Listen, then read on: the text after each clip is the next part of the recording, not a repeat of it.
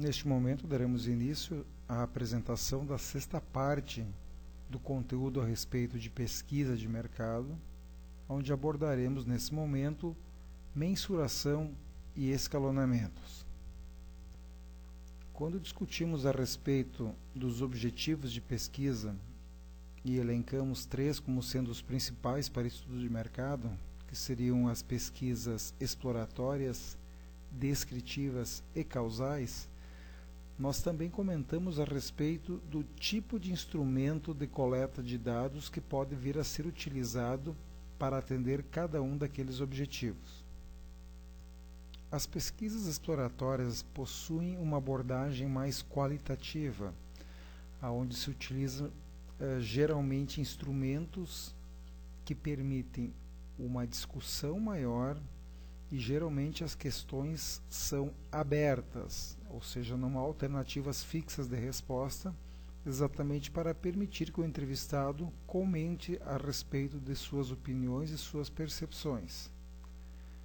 Já nas pesquisas descritivas, elas se utilizam mais de uma abordagem quantitativa, e que muitas vezes essa abordagem é expressa sob a forma de questionários com alternativas fechadas de resposta, onde o pesquisador já prevê as possíveis opções que o entrevistado possa vir a ter e já declara tais opções no próprio instrumento de coleta. Ambos os métodos, tanto qualitativo quanto quantitativos, permitem diversas interpretações e também a mensuração das informações. E o que facilita principalmente a utilização de questionários fechados é a adoção de escalas que permitem medir a informação requerida. E é sobre isso que nós iremos tratar agora.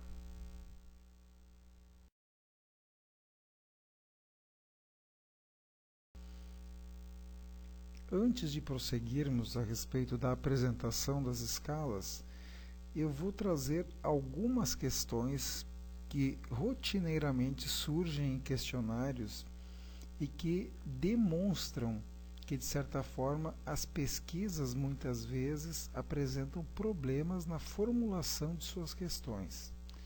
Então, eu estou chamando essa apresentação de jogo dos 7 erros.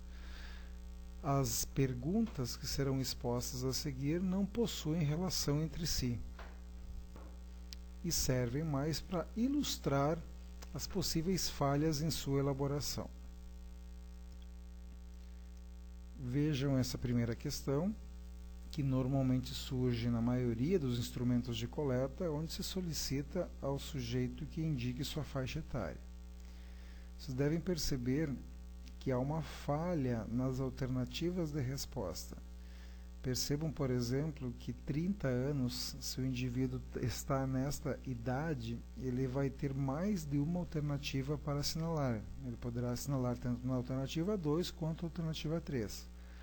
O mesmo ocorre com 40 anos. Então, esse é um erro relativamente comum que ocorre e deve ser evitado, pois o sujeito deve ter uma única alternativa de respostas no instrumento de coleta de dados fechado. Além disso, é recomendável, inclusive, que se questione diretamente a idade do respondente, pois isso permite calcular, inclusive, o intervalo, ou seja, da menor idade dentre o grupo respondente até a maior idade, permitindo, inclusive, o cálculo de uma média, o que não é possível quando se apresentam questões com faixas etárias. Embora também a faixa etária seja algo também bastante frequente de ser utilizado em questionários. A questão 2 é uma pergunta que pode também ter diversas interpretações. Primeiro, quando questiono a renda, eu devo especificar qual é o tipo de renda, senão poderá haver uma ambiguidade também de resposta. Por exemplo, ao questionar somente a renda mensal, é possível que o sujeito interprete como sendo a sua renda pessoal, enquanto outras pessoas poderão interpretar como renda familiar.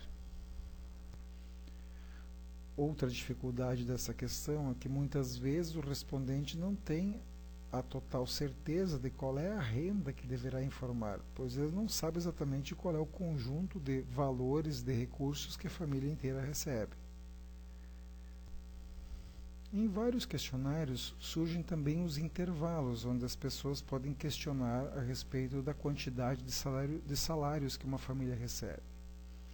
Entretanto, também para esse tipo de questão é preciso especificar que tipo de salário, porque nós temos o salário mínimo regional, o salário mínimo nacional, o salário mínimo de categorias. Então essa informação também precisa estar especificada no instrumento. E uma outra dica, como a renda é uma pergunta de caráter bem particular, o recomendável é que essas perguntas mais pessoais ou ainda invasivas fiquem mais para o final dos questionários. Essa terceira questão, ela pode também surgir em alguns instrumentos de coleta de dados, porém ela já tem um teor capcioso na sua formulação. Vejam a afirmação. Considerando a recessão e os baixos salários pagos ao trabalhador, que nota você atribui ao governo?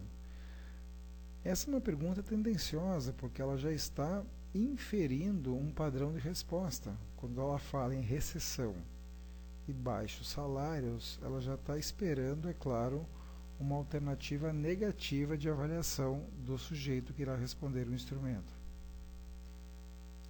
A pergunta deveria ser mais neutra, por exemplo, considerando as condições econômicas atuais e os salários pagos ao trabalhador, que nota você atribui ao governo. Então isso manteria um ar de neutralidade maior. Além do mais, se questiona se a nota deve-se dar a oportunidade também do sujeito declarar 0 como sendo sua avaliação. Mas a nota é algo que deve ser evitado de ser questionado num instrumento de coleta, porque nós vamos muitas vezes atribuir essa avaliação de acordo com a percepção do que temos, que é uma nota alta ou baixa.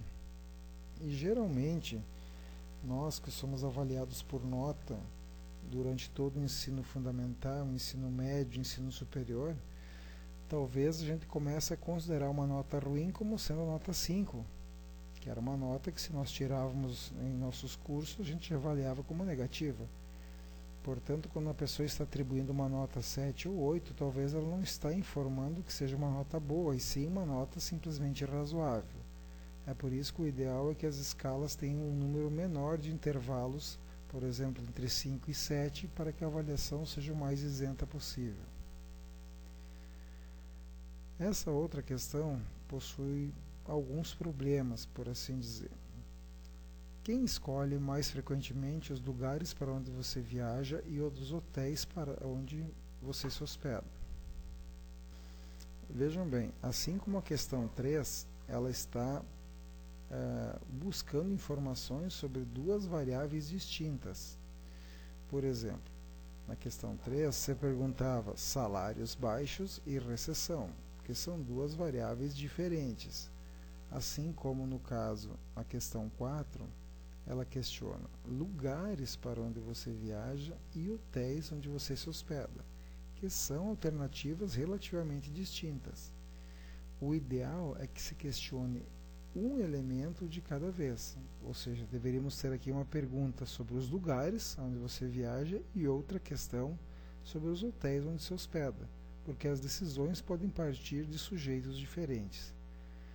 Outro problema é que, se eu não houvesse nenhuma questão nesse instrumento que pudesse permitir ao sujeito identificar o sexo, dificilmente saberia se é um homem ou uma mulher que respondeu essas perguntas, porque alternativas disponíveis nós temos eu mesmo ou eu mesma, minha esposa ou esposo, namorado ou namorada, o que não permite muitas vezes identificar qual é a origem se não houver uma questão específica no instrumento buscando identificar o sexo.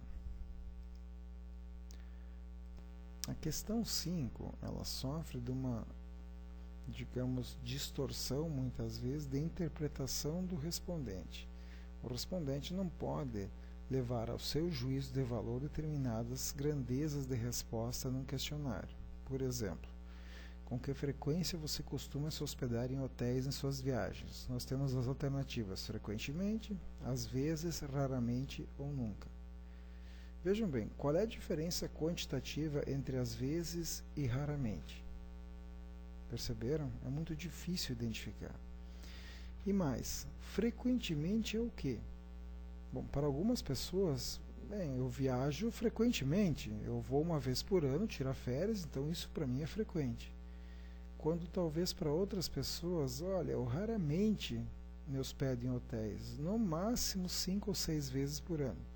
Ou seja, o que para alguns pode ser frequente, para outros pode ser raro, de acordo com a natureza e com a intensidade com que ele vivencia certas experiências de consumo. Então, o ideal seria questionar de fato o número em si, e não palavras que possam expressar diferentes juízos de valor. A questão 6 tem um problema que é de memória. Por exemplo, quantas vezes você foi ao cinema nos últimos 6 meses? Isso é um horizonte de tempo muito longo, então para certos tipos de produto ou serviços não se pode utilizar uma grandeza tão grande de períodos. Então, para algumas pessoas também seria muito difícil lembrar quantos refrigerantes ou quantas cervejas bebeu, talvez em um único mês. Em compensação, outras categorias de produtos, por exemplo, como carros, eu até poderia lembrar quantas vezes troquei de carro nos últimos 10 anos, ou até mesmo geladeiras. Então, para esse tipo de produto, eu poderia até utilizar um horizonte de tempo maior. Então, eu preciso ter minimamente o cuidado para adequar esses horizontes de tempo à categoria e à natureza dos produtos. E uma outra questão, não que ela seja um problema, mas quando eu pergunto, às vezes, ou questiono a satisfação geral de uma pessoa a respeito de um produto ou serviço, ela é uma informação que é significativa, porém, ela não me permite uma ação de gestão imediata. Por quê? Porque se o sujeito informou insatisfeito com algo, como eu vou saber sobre o que ele está atribuindo a insatisfação? Porque lembre-se, essa questão ela está pedindo satisfação geral com relação a uma loja X. Se o sujeito marcar insatisfeito ou muito insatisfeito e eu não tiver as questões específicas, eu não vou saber o que eu preciso ajustar na loja para elevar o grau de satisfação. Então, essa provocação foi mais para demonstrar que muitas vezes temos alguns problemas na formulação de questões, e quando eu consigo planejar melhor ou pensar bem na forma e na estrutura, eu minimizo ao máximo o possível erro que eu possa vir a ter na hora do sujeito responder os instrumentos de coleta.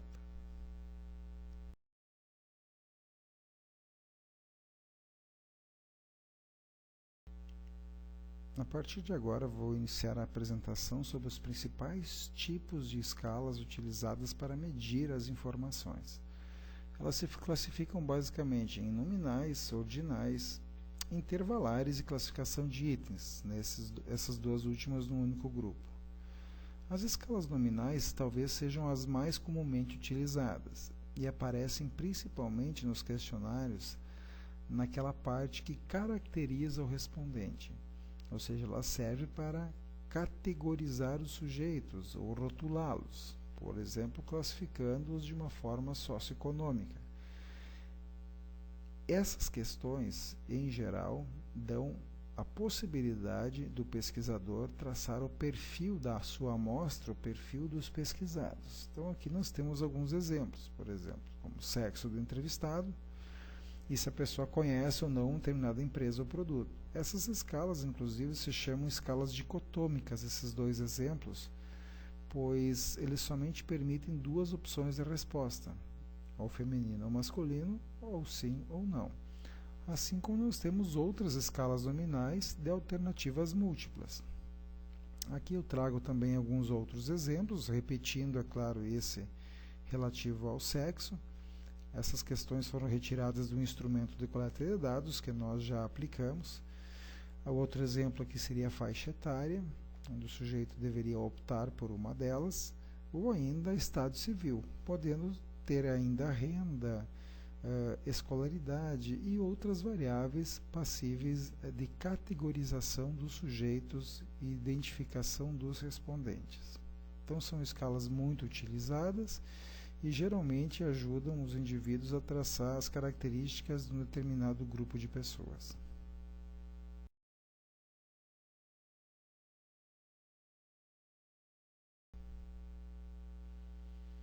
Já as escalas ordinais, como o próprio nome diz, serve para ordenar ou até mesmo hierarquizar alternativas de resposta.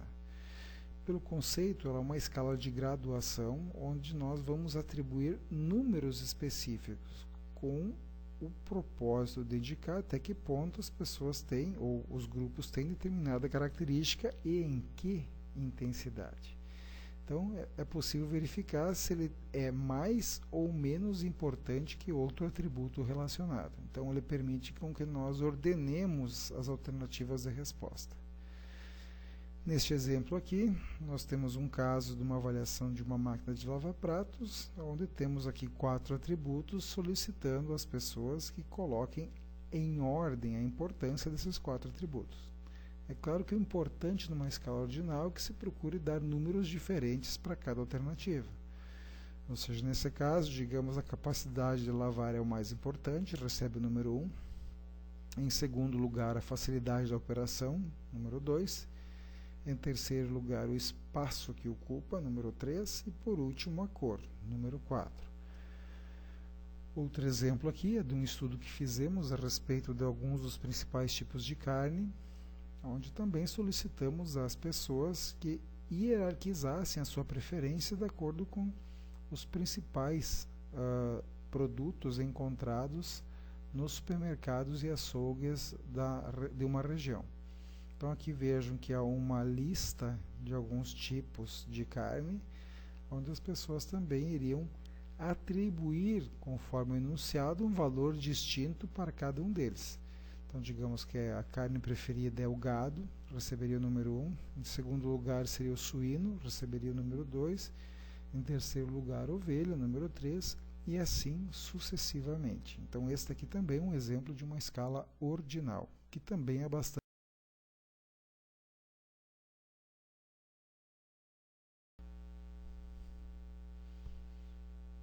A escala de classificação de itens permite nós categorizarmos os objetos com distâncias específicas e regulares entre uma avaliação e outra, servindo exatamente para nós compararmos tais intervalos.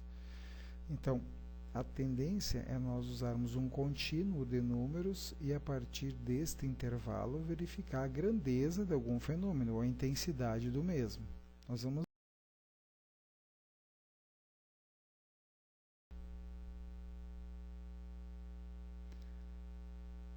Aqui nós estamos trazendo duas das principais escalas. Embora a primeira, a escala de classificação contínua, não seja muito utilizada.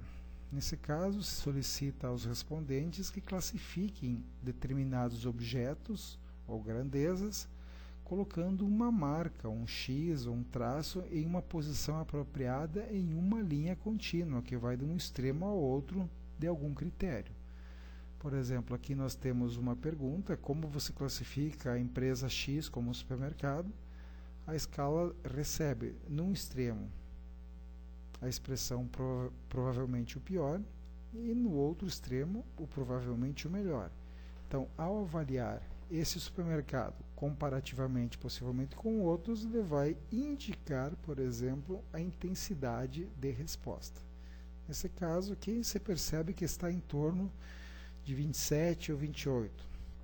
Percebam que essa é uma dificuldade de avaliação e de tabulação, inclusive, porque a escala contínua, dependendo se você usar uma escala em papel, fica difícil até mesmo de localizar qual é o número exato onde esse ponto está na escala. A escala mais utilizada para avaliar itens é a chamada escala de Likert, que leva inclusive o sobrenome do seu criador. Essa escala exige que as pessoas indiquem um grau de concordância ou discordância com uma série de afirmações sobre determinados objetos. Essa escala também não precisa ser somente de concordância, ela pode ser uma escala de satisfação ou de insatisfação, a mesma escala. Então, assim como nós temos nesse exemplo, uma afirmação que um supermercado vende produtos de qualidade, nós estamos aqui utilizando uma escala de concordância, que vai do extremo negativo, que seria o 1, discordo totalmente, passando pelo 2, discordo, 3, não concordo nem discordo, que seria o neutro, 4, concordo, e 5, concordo totalmente. Se eu fosse avaliar, por exemplo, só numa escala de satisfação, eu poderia ter uma avaliação dos produtos do supermercado, onde o sujeito demonstraria se ele está muito insatisfeito, ou nem insatisfeito, nem satisfeito, ou muito satisfeito. Então é possível também usar para a mesma escala de Likert outros rótulos para classificá-lo. Aqui nós temos um exemplo de uma pesquisa, de uma parte, de um recorte de uma pesquisa que fizemos com supermercados, onde um bloco das questões avaliava conforto e conveniência, e aqui estão listados alguns atributos relativos a isso, como iluminação, estacionamento, tempo de espera na fila do caixa, segurança, presença de empacotador, e dentre outros. E sendo medida aqui à direita com uma escala de Likert de satisfação, variando de um extremo ao outro, entre muito insatisfeito a muito satisfeito.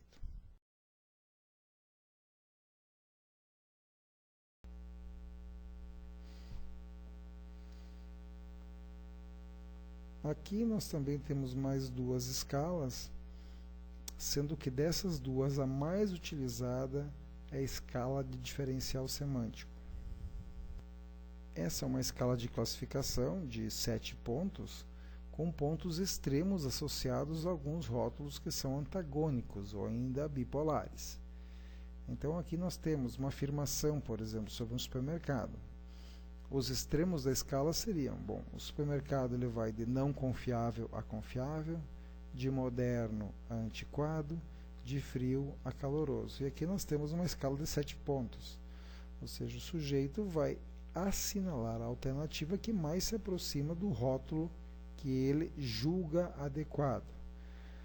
Também nós fizemos o mesmo estudo na continuidade do exemplo anterior, na escala ordinal, a respeito das carnes, e utilizamos também uma escala de diferencial semântico para avaliar algumas características. Aqui, nessa questão, por exemplo, as carnes foram avaliadas de acordo com o seu preço. Então, se listaram as mesmas carnes avaliadas por aquela escala ordinal, mas aqui o sujeito deveria assinalar a alternativa com relação ao desembolso que ele teria na sua percepção para cada uma das carnes. Então, os rótulos antagônicos, os antônimos, por assim dizer, ele vai de uma carne barata até outro extremo, a carne mais cara. Um outro exemplo ainda dizia respeito à preparação do alimento. Então, nessa questão, as pessoas deveriam responder qual é a carne mais difícil de preparar e qual seria a mais fácil de preparar. Essas variáveis permitem, por exemplo, a um gestor trabalhar com a educação do consumidor, ensinar ele a fazer algumas receitas diferenciadas. Isso pode até mesmo estimular algumas categorias de carne que possuem baixo consumo, exatamente pelo fato das pessoas não saberem exatamente como prepará-las. Essa nossa pesquisa, por exemplo, detectou que a ovelha é uma carne com baixo consumo, e uma das principais razões para o baixo consumo é exatamente essa. Ela foi a carne com o maior índice de respostas mais no extremo esquerdo, ou seja, uma carne difícil de ser preparada. As pessoas não sabem como cozinhar essa categoria de proteína. As outras são as escalas de razão. A diferença entre as escalas de Likert, diferencial semântico, por exemplo, é que a escala de razão ela permite muitas vezes comparar os intervalos, porque ela tem inclusive um ponto zero absoluto. Enquanto as outras escalas, por exemplo, começam de 1 a 5, 1 a 7, sempre inicia de um número específico, o número 1, por exemplo, essa pode permitir o valor 0. Por exemplo, uma pergunta sobre um produto orgânico em uma feira, a questão poderia levar em conta o quanto o consumidor estaria disposto a pagar mais pelo fato da hortaliça ser orgânica. Bem, as pessoas até poderiam pagar mais, mas eu tenho que dar a possibilidade das pessoas dizerem que não estão dispostas a pagar nada mais, ou seja, equivalente a R$0. Então, esse tipo de questionamento ele é utilizado geralmente quando é possível partir de um valor nulo até num crescente ou num decréscimo. É uma escala que também não é utilizada com tanta intensidade quanto a escala diferencial semântico e a escala.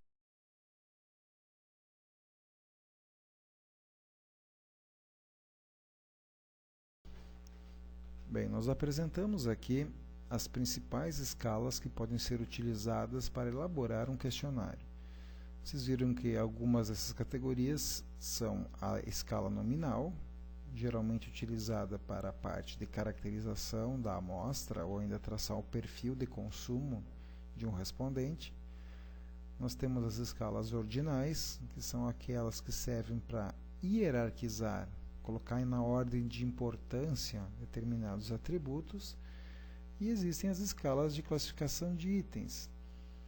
Essas escalas de classificação de itens são talvez algumas das mais utilizadas, mas implicam também algumas decisões para construí-las. E nós estamos trazendo aqui algumas delas.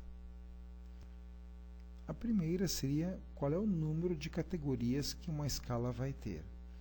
A grande maioria das escalas, elas se utilizam entre 5 e 7 categorias. Por que não menos? Porque se eu tivesse somente 3 categorias, seria o equivalente a eu dizer que uma empresa, por exemplo, vai ter o equivalente a 0% de satisfação, 50% ou 100%. Isso restringe muito a grandeza de respostas possíveis. Se eu tiver mais que 7, eu me aproximo daquele conceito da nota, o que eu também devo evitar se possível. Então, recomenda-se que a grande parte, ou a grande maioria das escalas tenham entre 5 e 7 alternativas de categorias nela. Outra decisão é se eu devo utilizar uma escala equilibrada versus uma não equilibrada. Bem, a recomendação é que as escalas sejam sempre equilibradas. Vejam essa escala aqui, é um exemplo de uma escala desequilibrada, porque nós temos 7 categorias aqui especificadas. 1 péssimo, 2 ruim, 3 razoável, 4 bom, 5 muito bom, 6 ótimo e 7 excelente.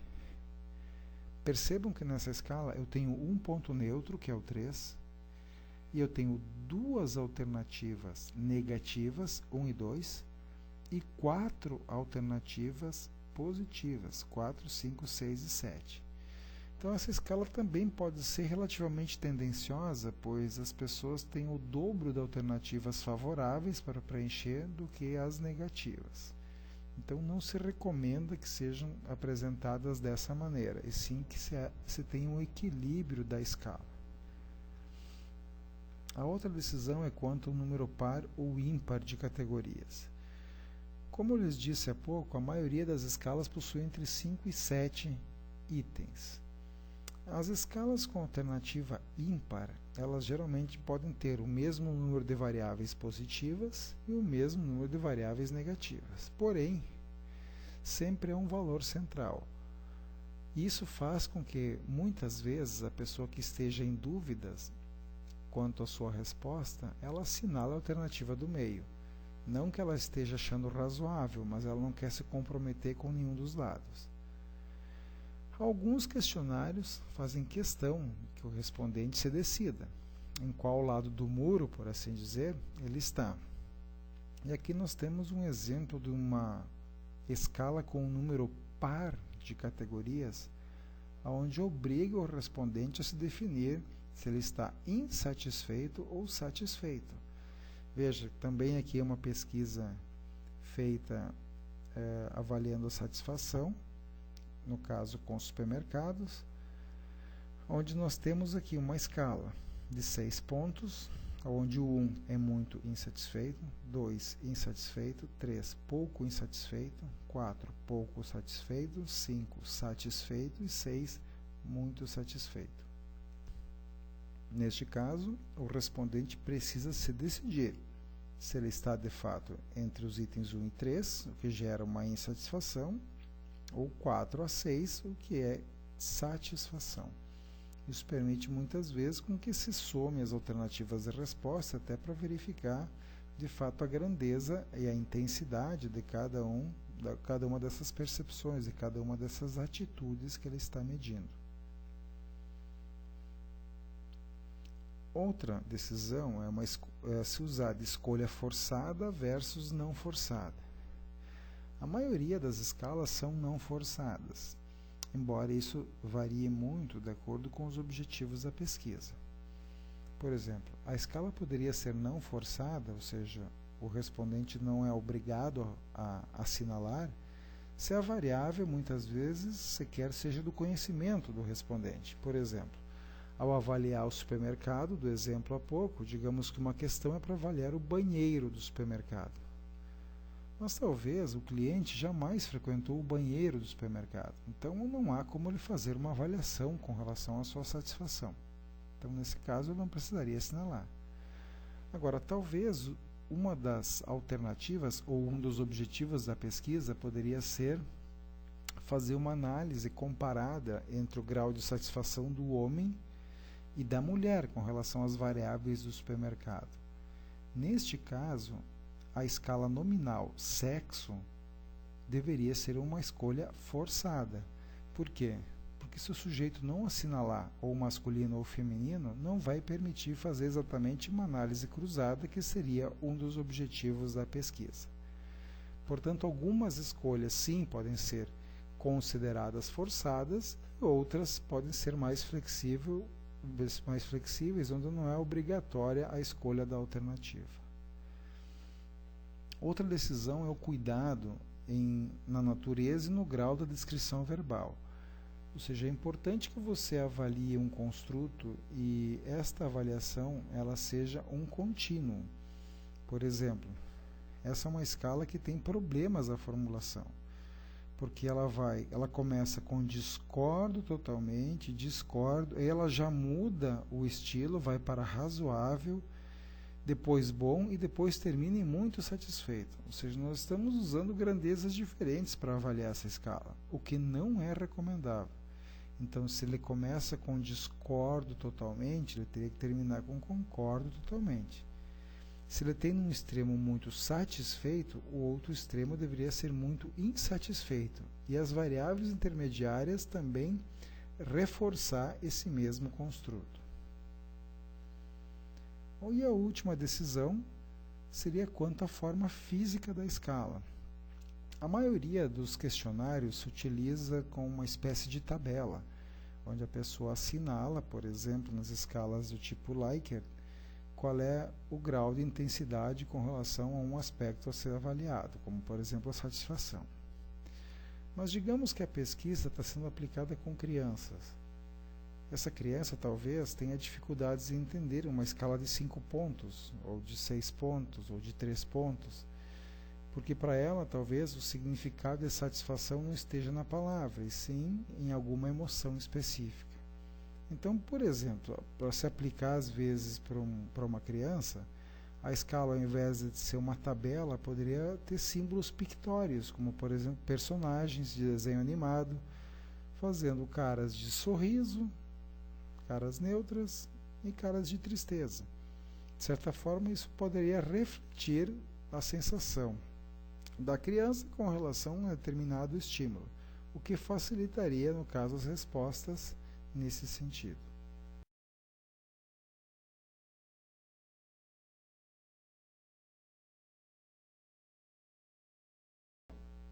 Bom, com isso nós apresentamos a vocês os principais tipos de escalas que podem ser utilizados para a estruturação de questionários. Eu espero que vocês levem em consideração esses exemplos e essa apresentação para a elaboração dos seus instrumentos de coleta e até mesmo que os instrumentos permitam com que vocês obtenham informação de uma forma acurada, ou seja, que as perguntas sejam formuladas de maneira adequada e que os elementos de mensuração também sejam os mais adaptados e adequados ao tipo de dado que vocês estejam obtendo junto de um determinado grupo de consumidores, de um determinado grupo de pessoas.